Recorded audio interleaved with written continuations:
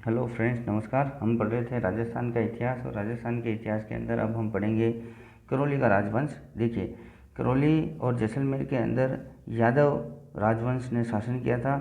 जैसलमेर वाले तो सिंह लगाते थे, लेकिन करौली वाले पाल लगाते थे, वो सिंह नहीं लगाते थे। पाल का मतलब यहाँ पे गायों को पालने से रिलेटेड है। गायें जो पालने वाले हैं, इसलिए उनको पाल कहा गया। आगे देखिए, यदुवंशी और चंद्रवंशी भी ये अपने आप को मानते थे। दूसरा, ये भगवान कृष्ण के भक्त थे, यानी इनके जो किनकी पूजा आराधना करते थे, ये भगवान कृष्ण की करते थे। दूसरा, बकरी की बलि नहीं दी जाती थी केला देवी को, ये अपनी कुल देवी मानते हैं। करौली की केला देवी जो इनकी कुल देवी मानी जाती हैं, यहाँ पे बकरे की बलि नहीं दी जाती है, क्योंकि केला देवी को अंजनी माता का अवतार माना गया। जो अंजनी माता हनुमान जी की जो माता जी हैं, उनको माता का अवतार केला देवी को माना गया। ऐसे आपको याद रखना है, ठीक है। केला देवी के यहाँ पे लांगुरिया गीत और लांगुरिया नृत्य काफ़ी ज़्यादा प्रसिद्ध हैं। आपको अपने लोक कला और नृत्य से रिलेटेड आपने पढ़ा होगा, तो आपको पता होगा केला देवी के यहाँ पे लांगुरिया गीत गाया जाता है। दूसरा, चैत्र शुक्ल अष्टमी को केला देवी का प्रसिद्ध मेला लगता है, जिसको लक्खी मेला के नाम से भी जाना जाता है। अब अलग अलग जो शासक थे उनके बारे में पढ़िए। विजयपाल, देखिए यहाँ पे विजय सिंह लिखा जाता तो वो एक सिंह एक अलग चीज़ है, लेकिन यहाँ पे पाल लिखा जा रहा है। इनका सरनेम के पीछे पाल लिखा जाएगा। आपको इस तरीके से याद रखना है, जब भी पाल लिखा जाएगा इसका मतलब आपको करौली की तरफ जाना है, करौली के राजवंश से रिलेटेड आपको जानकारी रखनी है, क्योंकि ये पाल गायों को पालने से वाले से रिलेटेड करके पाल लगाया गया। देखिए, 10वीं शताब्दी और 11वीं शताब्दी के अंदर इनका माना जाता है। राजधानी इन्होंने बयाना या भरतपुर दुर्ग को बनाया था। बयाना दुर्ग का निर्माण भी इन्हीं विजयपाल के द्वारा करवाया गया था। 1040 ईस्वी में यादव वंश की स्थापना की गई थी। इनको संस्थापक, आदि पुरुष और मूल पुरुष भी माना जाता है। विजयपाल ने विजय मंदिर गढ़ का निर्माण करवाया था, बादशाह का किला बनवाया था। राजस्थान का प्रथम विजय स्तंभ इन्हीं के शासनकाल के दौरान बनाया गया था, भीमलाट के अंदर।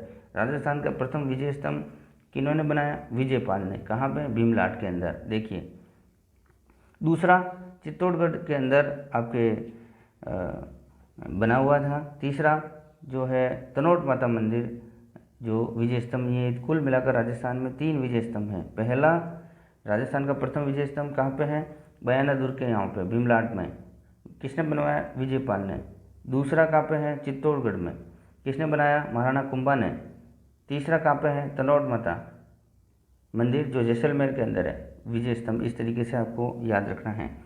ये जो भीमलाट वाला जो है वो विष्णुवर्धन ने स्थापित करवाया था। दूसरा, ये समुद्रगुप्त के समय की बात है। आगे देखिए, तिमनपाल ने तिम्मनपाल दुर्ग का निर्माण करवाया था। धर्मपाल ने धौलागढ़ दुर्ग का निर्माण करवाया था। इस तरीके से याद रखना है। तिम्मनपाल दुर्ग में मूर्तियों के लिए प्रसिद्ध है। यहाँ पे काफ़ी ज़्यादा मूर्तियाँ हैं, और ये राजस्थान का खजुराहो कहलाता है। इस तरीके से भी आपको याद रखना है। धौलागढ़ दुर्ग वर्तमान में धौलपुर के अंदर है, उसको धौलपुर कहते हैं। इस तरीके से याद रखना है।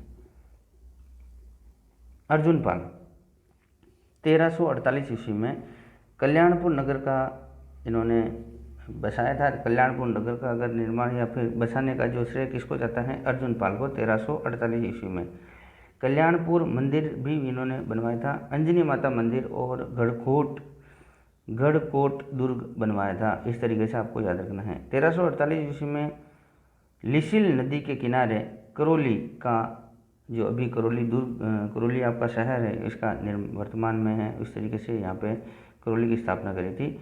और अर्जुनपाल करौली यादव वंश के वास्तविक संस्थापक माने जाते हैं। कौन? अर्जुनपाल। कहाँ के? करौली यादव वंश, जो पूरी शाखा रही है, इसका। अब आगे देखिए गोपाल दास के बारे में। गोपाल दास अकबर की अधीनता स्वीकार की थी उन्होंने, ये प्रथम राजा थे यहाँ के। दूसरा, बहादुरगढ़ का किला बनवाया था इन्होंने। आगे, अकबर ने रणजीत नकारा भेंट किया था इनको। अकबर ने क्या भेंट किया था? रणजीत नकारा। आगे देखिए, धर्मपाल सेकंड 1707 ईस्वी में करौली की राजधानी बनाया था। सर्वप्रथम करौली को राजधानी किसने बनाया था? धर्मपाल सेकंड ने बनाया था। कब बनाया था? 1707 ईस्वी में। ऐसा आपको याद रखना है। बाकी पहले राजधानी कहाँ थी? बयाना। भरतपुर का जो बयाना था, वो इनकी राजधानी हुआ करती थी। धर्मपाल सेकंड ने करौली को सर्वप्रथम राजधानी बनाई थी। अब आगे देखिए, गोपाल पाल, गोपाल मंदिर, कल्याण मंदिर, इसका इस तरीके से मोहन मंदिर और करौली शहर का परकोटा इनके द्वारा ही बनाया गया था। गौड़ी संप्रदाय से ये संबंधित है कौन? मदन मोहन मंदिर। इस तरीके से आपको याद रखना है। गौड़ी संप्रदाय से संबंधित कौन सा मंदिर बनवाया? मदन मोहन मंदिर बनवाया। किसने बनवाया? गोपाल पाल ने। आगे देखिए, मोहम्मद शाह रंगीला जो भारत के इस तरीके से मुगल जो शासन था उसके राजा थे, उन्होंने माही भरताव की उपाधि या फिर माही भरताव का खिताब गोपाल पाल को दिया था। ऐसा भी आपको याद रखना है, मोहम्मद शाह रंगीला ने। आगे देखिए, हरबख्श पाल, हरबख्श पाल के बारे में 9 नवंबर 1817 ईस्वी में अंग्रेजों के साथ सहायक संधि करी थी। हस्ताक्षर करने का जो डेट है आपको याद रखना है, 15 नवंबर 1817। सबसे पहले अधीनस्थ या फिर आश्रित पार्थक्य की संधि करौली के अंदर ही हुई थी। इस तरीके से आपको याद रखना है। और अंतिम जो कि सिरोही के अंदर, शुरुआत की पहली करौली में, अंतिम सिरोही वाली 1823 ईस्वी के अंदर। कौन सी? आश्रित पार्थक्य की संधि।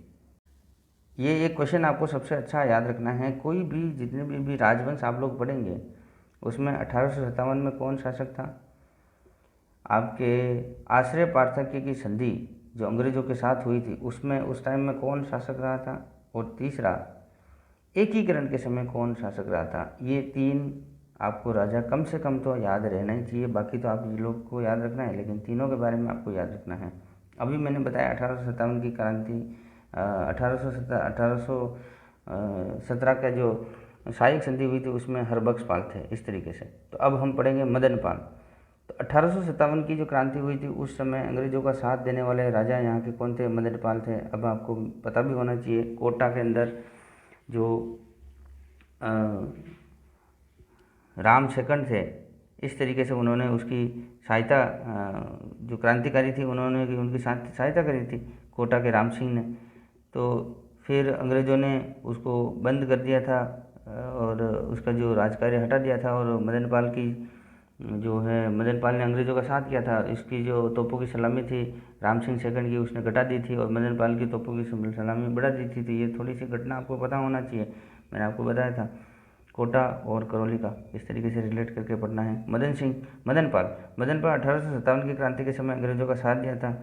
और मदन पाल की जो सेना है उन्हें कोटा को क्रांतिकारियों से मुक्त करवाने में काफ़ी ज़्यादा भूमिका निभाई थी। कोटा का शासक उस टाइम में राम सिंह सेकंड था और इनकी तोपों की सलामी कम कर दी थी। किसकी? राम सिंह सेकंड की। बढ़ाई किसकी? मदन पाल की। तोपों की सलामी बढ़ा दी थी। ठीक है, इस तरीके से आपको याद रखना है। अब अंतिम देखिए, गणेश पाल देव। राजस्थान के एकीकरण के समय गणेश पाल देव थे और मत्स्य संघ 18 मार्च 1948 को इस तरीके से बना था और इनको उपराज प्रमुख नियुक्त किया गया था। किसको? गणेश पाल देव को।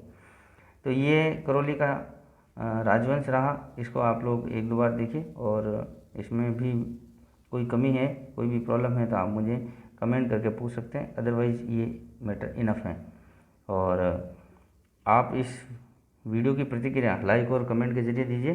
अगर चैनल पर नए हैं तो इसको सब्सक्राइब कीजिए, जिससे कि सारे वीडियो आपको टाइम टू टाइम मिलते रहें। ओके, नमस्कार।